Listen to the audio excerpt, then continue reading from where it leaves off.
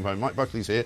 Just before we move on to D-Day and some of the things that the papers are doing aside from the election has become this kind of, I can't, because you can't really always remember the last election. I mean, it wasn't that long ago, but I can't really remember what the campaign was like, apart from the fact that Jeremy Corbyn and Boris Johnson were involved in it. That's about it. But it feels very much as though every single day they're coming up with something. I mean, the Times story, I think we forgot to mention, which is Tories to tackle loopholes in the murder laws. And you just kind of, you read these stories now and it kind of washes over you, doesn't it? Yeah, it does. You just go, really? The Tories are not telling us a story about the past, what they've done in government, or about the future, what country they want to create at all. The Labour Party are doing much more than that. Instead, the Conservatives are throwing out these piecemeal policies. The answer to all of it, for all of us, I think, is, well, if it was that important, why haven't you done it already? You've had 14 years. Yeah. Right? But also these stories, they're very piecemeal. I mean, what they've done clearly is look at a kind of spread of who's voted for them in the past and what issues are important to them, and they're throwing out some policies to those people. Right. Now, whether those people are going to go, oh, great, well, I'm going to vote Tory this time then, and forgetting about the mess they've made of everything in the last 14 years, it seems unlikely. Indeed, the polls bear that up. Yeah, absolutely right. Let's look at what papers are doing on D-Day. The Daily Mail's got a big front page with a picture of the Queen, Camilla, overcome. It just says, our eternal debt to the fallen heroes. She's been moved to tears. It's tears on the front page of The Sun as well, tears for our heroes. It's always very moving time, isn't it? D-Day, the commemorations, and obviously the 80th year is a very, very big one. Lots of people have been commenting as well on, how little knowledge there is, particularly amongst young people, about what D-Day even is. Yeah, it's true. I know. I think there's staggering numbers of young people don't even know what it is, or what happened today, or the importance of that day, or the bravery that was shown on that day, or the numbers of people that died on that day or in subsequent days. And the communication of that clearly does need to get better. But, the 80th anniversary is a big deal. This is one of the last big occasions when you're going to have significant numbers of people present who were there. Who were still there, yeah. Obviously. And I watched some of the footage yesterday of the ceremony they had yesterday morning, and the King and Queen were there, and Prince William spoke. And it is moving. Yeah. Looking at, some of these people who were there on the day. And indeed, the quotes that we've heard of some of them saying, well, in the same situation, I'd do it all again. Yeah. That really gets you. It does get you. We were talking yesterday.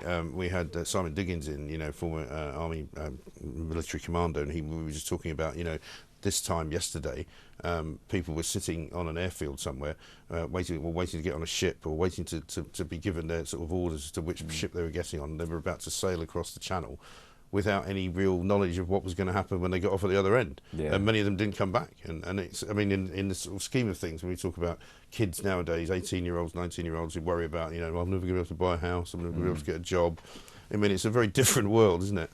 Yeah, it's a very, very different world. I think in a way it's made even more poignant by the fact that we're now back very sadly in a situation where we've got war in Europe, between Russia and Ukraine, but also we are involved, obviously not boots on the ground, but we're sending a lot of weaponry there. And there is increasing talk from military experts, people in the army, that we're not ready for if another war happens, we're not ready. We've got to get ready, because it's more likely now than it has been probably at any time in the last 80 years. Absolutely. Now, we get voice notes in from people every single show here. We've got one that's coming for you, believe it or not. Yeah. You can do the same thing. Send us a voice note through WhatsApp, 0344 499 1000. Have a listen to this. It's from Shane.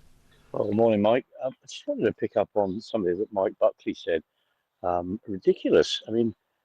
To term Nigel Farage as far right, and to suggest that the Conservatives would be doing better if they were more centrist, more like Damien and the likes of Roger Gale, is ridiculous. The only reason that they've got any support whatsoever is that some of the right wing of the party are still there. If you listen to a lot of the centrists within the Conservative Party, they sound more like a Liberal Party. That's why the Conservatives are not doing very well, not because they've lurched, as is being suggested, to the far right. What a ridiculous thing to say. No, well, there you go. You can come back at it if you wish, or we can move on. Well, I thank the caller for calling in, but I disagree entirely with everything that he said, I suppose I would say. Nigel Farage is far right. He's obsessed with immigration. He's not really far right. I'm not going to let you say that. He's not far right. He's right wing. That's fine. He's definitely right wing, but he's certainly verging towards Interestingly enough, he sells simple solutions to complex problems which wouldn't make a difference or wouldn't fix people's lives. But funnily enough, one of the stories in the Times today, page 28, is the European Union elections are coming up, and an awful lot of populist parties are likely to win an awful lot of seats in the European Parliament. So they are. I mean, this is not the only country that's got political problems. Yeah. This is not the only Well, it's country not where you've got political- lots of dissatisfied people. Yeah, Sadly. there's a lot of dissatisfied people because of policies that have been brought in by centrist governments, and that's why people are going the other way, because they're not happy with what's been Well, what's certainly in been the done. UK, people, parties only win from the centre ground. Labour's going to win this time because they're back on the centre ground. Last time they were off to the left.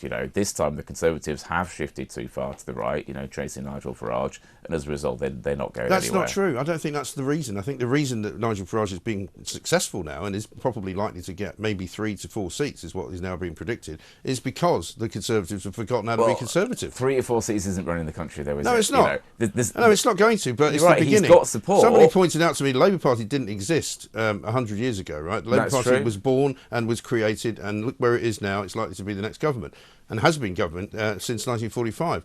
25 years from now, I probably won't be here sitting here. They'll probably have sacked me by then. But if I was, you never know. Reform might be in charge. You never know. I wouldn't expect it, but you never know. But certainly, the last 15, 20 years have shown us that Nigel Farage does have support, but there's a very low ceiling on that support, really about the 15% mark. And it looks like he's never going to go beyond that. I mean, in this country, we've never voted in an extremist government. Well, he's not an extremist, though. He absolutely is an extremist. No, he isn't. I'm not going to argue with you about that, because we've got much better things to talk about, including a story about a cross-country train, which has been painted in pride colours for the month of June, but unfortunately everybody's up in arms about it because they forgot to paint the trans signs on it. I mean, how ridiculous can we get with this? Well, I would have sympathy for cross-country trains because it strikes me that they're trying to do the right thing. But they got it wrong. But they got it wrong. And I have sympathy with people who try and do the right thing and get it wrong. But they didn't really get it wrong. They did it right. They just have now upset somebody I because feel they like didn't they've put an tried extra to step colour up on it. to the moment, and fair enough, somebody's made a mistake and put the wrong flag That'll on. teach you. But I would give them the benefit of the doubt. To be on honest, that. I don't care what colour the train is. I just want it to run on time. Well, which mean, would also be another nice thing. But probably your have the mates same from the opinion. unions probably wouldn't agree. What about this story that's in the Sun? It's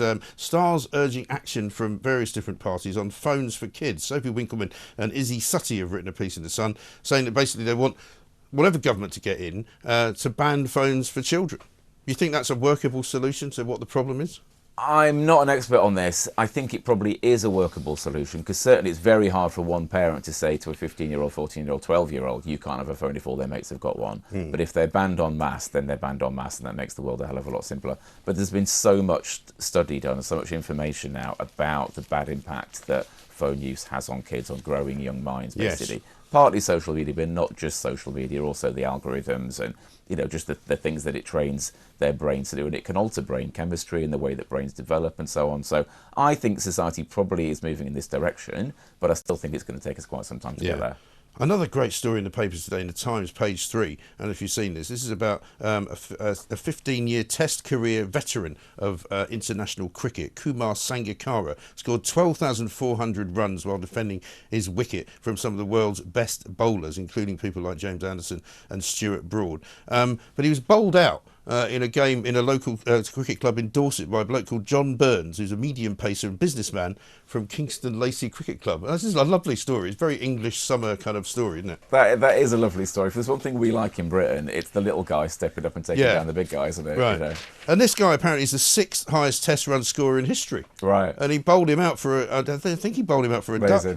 He's absolutely incredible. So he's now got his day of fame, basically. He has. I mean, you have to have his picture above the bar, won't I he? wonder if the England cricket team's going to go around and knock on his door. Absolutely right. Another one about that hack in the NHS that happened basically just the other day here in London. It turns out it was Russian criminals that were behind it. Yeah, I was reading about that as well, which is, I mean, this happens. This happened into the same company in Italy. It's a private health company that manages data. It seems to be. So there was an attack on them in Italy about a month ago, and then an attack here, which caused shut down hospitals here for a few days and delayed operations, and that's going to It's going to be something. It's going to be something that's going to happen a lot. We've got to find a way to protect our major services from attacks like this. Yeah, we must absolutely. Mike, thanks for coming in. We're out of time, unfortunately.